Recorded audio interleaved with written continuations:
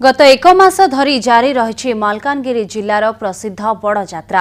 आंध्र प्रदेश पोलेरु ठारू आरंभ करी एबे मालकानगिरी सदर महकुमार पहुंची तीन ठाकुर कानाम राजू, बालाराजू, पोतराजू और मां मुत्यालुआमा। 100 किलोमीटर पाद चला रास्ता अतिक्रम करी मालकानगिरी पहुंची तीन ठाकुरंक बड़ जात्रा देखिबाकू सदर महकुमार हजार हजार भक्तों समागम होइछि। गतकाली रातिरे तीन ठाकुरंकर भव्य शोभायात्रा मालकानगिरी सहर स्थित कन्या माझी बंध ठारू माटिया भाटा जाए पहुंची। एने अधिक सूचना आलोचना करिवे आम सहित देवव्रत साना।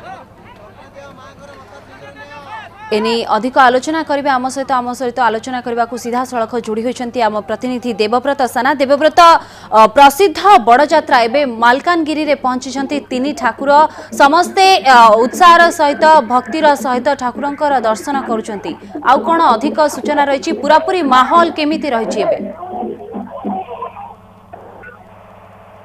हाँ पत्रिका देखु गत एक मास धरी मालकानगिरी जिलार प्रसिद्ध गणपर्व जो आदिवासी गणपर्व बड़ जात्रा आरंभ हो जाता सुदूर पोलेरु जो आंध्र प्रदेश पोलेरु ठारू आरंभ हो बर्तमान मालकानगिरी सदर महकुमा ठारे पहुंची तीन ठाकुर विशाल शोभायात्रा गतकाली राति जो डीएनके जो कन्या माझी बंध पड़िया रही कन्या माझी बंध ठारू आसी बर्तमान मांडिया भाटा ठारे पहुंची। बर्तमान आम मांडिया भाटा पड़िया आप देखिपे जो ठाकुर अस्थायी जो मंडप रही मंडप निकट में जो हजार हजार संख्यक बाउंश रखा जाए जो कहुए ग्राम देवादेवी प्रतीक जो बाउंश लाठी गुड़िक एठार एकत्रित रखा जाए।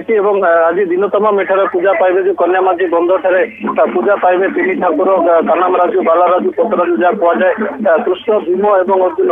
मु कैमेरा पर्सन को अनुरोध करी से देखिए किभली भाव में भीड़ लगी रही जो भक्तों भीड़ देखिए सका हजार हजार संख्यक भीड़ मंडप निकट में एकत्रित हो रही प्राय भोर 6टा समय हजार हजार संख्यक जो आदिवासी भक्त कहतु विभिन्न वर्गर श्रद्धालु आसी मंडप निकट में एकत्रित होती। विशेषकर जो ठाकुर को दर्शन पाइबे जो 2 वर्ष को थे ये ठाकुर मालकानगिरी को आसी था दर्शन पाइबा सह जो विभिन्न प्रकार मानसिक कर भक्त मैंने मानसिक पूरण लगी विभिन्न प्रकार भोग चढ़ाई था नड़िया भोग कहतु तो किसी कुकुड़ा आदि इत्यादि भोग रूप में चढ़ा जाए। देखिए दिन प्राय बर्तमान 1:30 बाजिला कि खरा अत्यंत खरा सत्वे श्रद्धालु और भक्त मैंने उपस्थित रही मंडप निकट में। देखिए अंपटे आप देखिए आदिवासी कालीची आप देखिए जो कालीची नृत्य बर्तमान जारी रही मंडप निकट विभिन्न गाँ दूर दूर जो देवादेवी जो गोटिक लाठी नहीं आसी भक्त मैंने जो कालीची नृत्य आप आदिवासी परंपरा कालीची नृत्य